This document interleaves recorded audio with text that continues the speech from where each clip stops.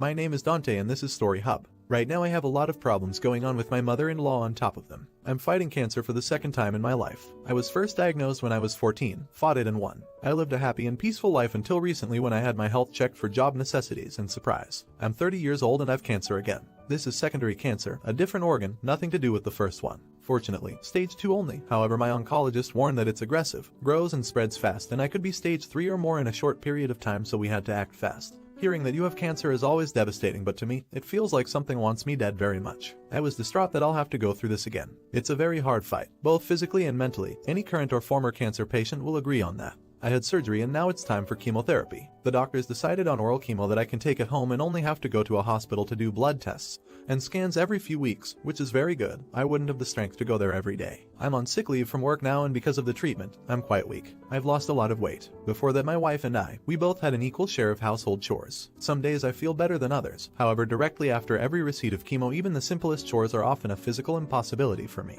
I try to do as much as I can, but my wife has been amazing. She doesn't care at all that I don't help around the house as much as I did. She's like, your only obligation now is not to die. The other day my mother-in-law came over to visit. She knew about my diagnosis. I was on the couch reading and my wife was doing something around the house. My mother-in-law walked over to me and was like, look at that. Lying on that couch as if you're on the beach. Aren't you ashamed of yourself? A grown man and lying down in the middle of the day while your poor wife is working as a slave. I said, I just did chemo. I have a headache. I'm nauseous. I don't feel good. She was like, a young man like you and cannot beat some silly cancer. You cannot cure yourself with those chemicals. Nature products only. Later that day my mother-in-law was talking to my wife in the kitchen. I didn't mean to listen, but I heard their conversation anyway. Mother-in-law was like, you really shouldn't let him take that poison he's taking or he will die. It's poison, otherwise he wouldn't feel so bad. Doctors nowadays are totally stupid. You should seek herbal treatments instead. As all of that came from someone without any medical education and tries to be smarter than she actually is. My wife shut her up quickly and told her to stay away from things she understands nothing about. The next day I was going to take my chemo, as I'm scheduled. I have to take it once a day and I prefer to do it in the morning because then I feel better in the evening and I can sleep better. But, as I walked into the bathroom and opened the cabinet, there was no trace of my chemo bottles. They were gone, completely. I asked my wife if she moved them by any chance and she said no. We looked around but realized it's pointless because they couldn't fall out of the cabinet.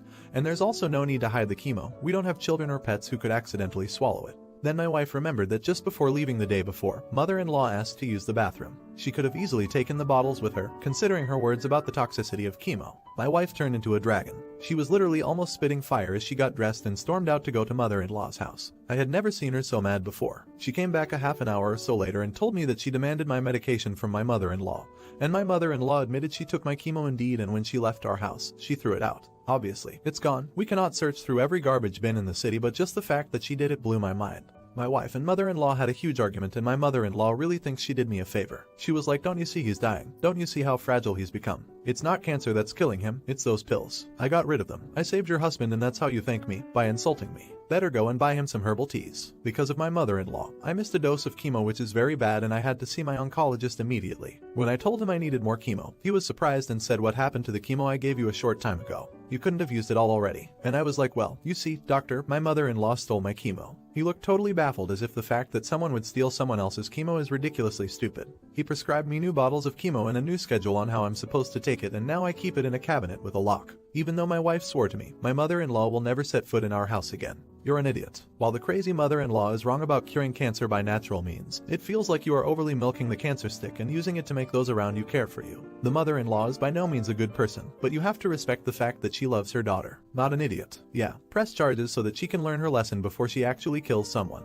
God, that's so terrible. That woman is freaking vile. I'm so sorry that this happened to you. I wish you a quick recovery. Not an idiot. Oh my god, I'm so sorry you have to waste energy on this dumb shot when you need energy for healing. Big hugs and wishing you a speedy recovery. May that woman never speak to you ever again. Not an idiot. Calling someone lazy because they have cancer. That's fucked up. When she gets sick, make sure to tell her that she's lazy. Better yet, do it when she has broken a leg or hip. Maybe then we remember how dumb she is. I have fibromyalgia, so some days are worse than others. While my family doesn't understand and probably never will unless they get it too, they're not this bad. When you don't have the ability to do things you used to physically, no one seems to understand that or the mental aspect of it.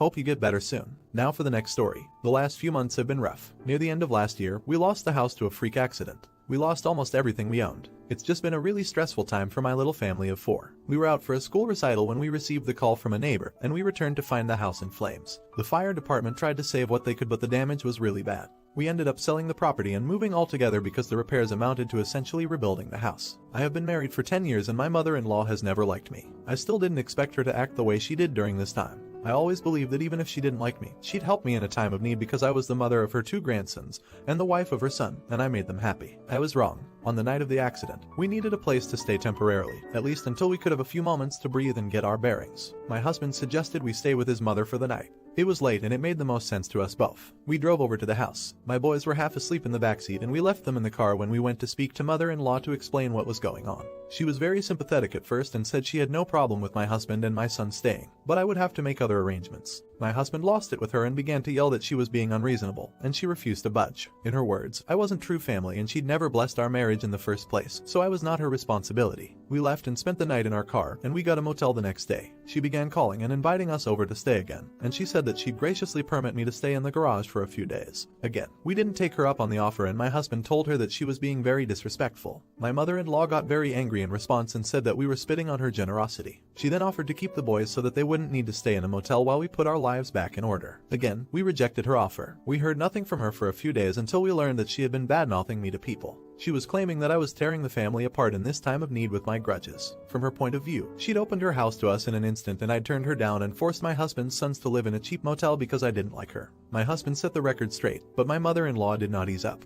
She made an official complaint to the fire department claiming that I had caused the accident purposefully to destroy the house and force the current situation. She said that I was money hungry and had designs on her house and this was all part of my plan to steal her house from under her. I was taken in for questioning and I understand why due to the nature of the allegations, but I was cleared off everything as the investigation proved it was an accident, and there was no way someone could deliberately cause the accident.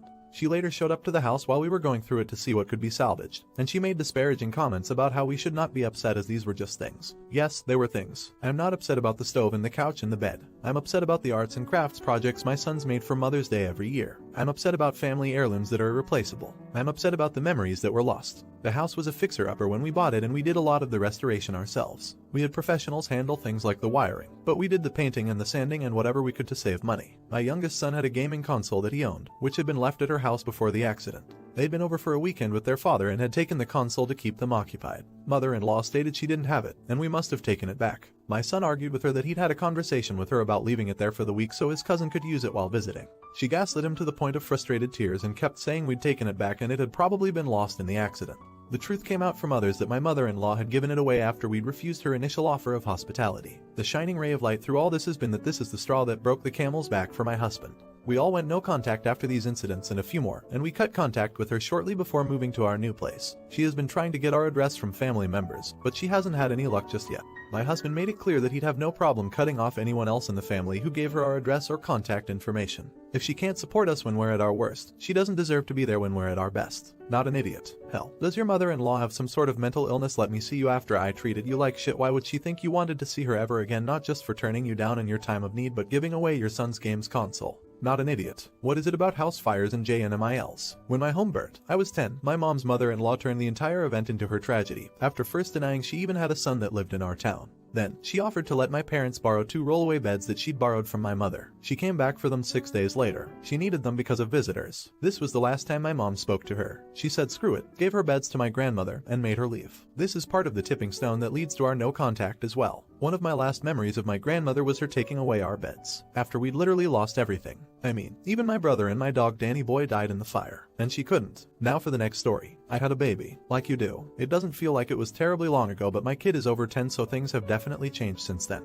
Back in those days, we didn't have fancy video baby monitors or breathing sensors or any of the amazing fancy things you new moms get these days. We had a simple baby monitor. The base was in the baby's room and the receiver was either in our bedroom or the living room, wherever we were. It was a pretty good monitor. You could definitely hear what was going on in the baby's room. And so our story begins. My parents were visiting. I didn't know what I just know was at that time I knew my biological father was abusive, hence the restraining orders. But my mom was so much better than him, I didn't ever think to question what she said. Until I became a mother. Then all bets were off. I lost my first baby and nobody was going to do anything wrong when my son was born. His health and safety came first. Anyway, my mom and stepfather were visiting. My mother had some opinions about our parenting decisions. Things had changed since the 70s. Who would have thought? But kept them mostly to herself. Until my aunt called her. We were all in the living room and so she took herself into the baby's room to sit in the rocker and chat. And trash my parenting. And so we sat in the living room, my husband and I don't remember where my stepfather was, and heard her make fun of me and my choice of everything, and how I was overprotective and this and that. It lasted a good 20 minutes. Then she came back, completely oblivious to the fact that we'd heard the whole thing.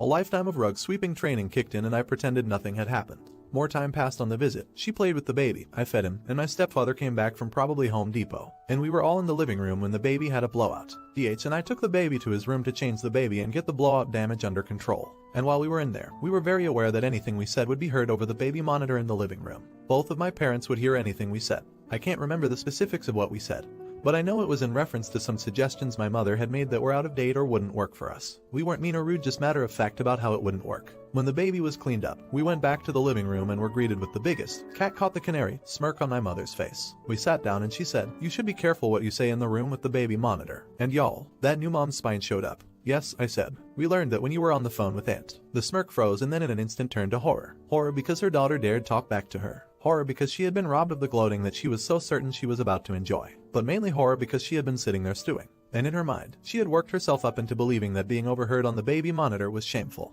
And anyone who was overheard saying anything unflattering on the monitor deserved to be embarrassed and ashamed. So with that designated as the proper response in her mind, now that she had been caught out for that very thing, she had to be embarrassed and ashamed. And it was awesome. My stepfather chuckled and they left shortly after. Not an idiot. "This is beautiful and perfect. Good job, you." That was just absolutely delicious to read. 10 over 10 with Schadenfreude again. As an aside, I am so sorry for the loss of your first child. I completely understand why you'd be protective of your, now a bit grown, baby. We had a miscarriage and are still trying. I had to cut my mom out of our lives for her bullshit before the loss, and I'm not holding my breath that she'll be any different with a living child. Aw bless, Karma's a butch. Just when she thought she had you in a hole, she missed realizing that she was buried below your feet. Your story made my heart smile. Yay for you. I hope your spine is adamantium hard now.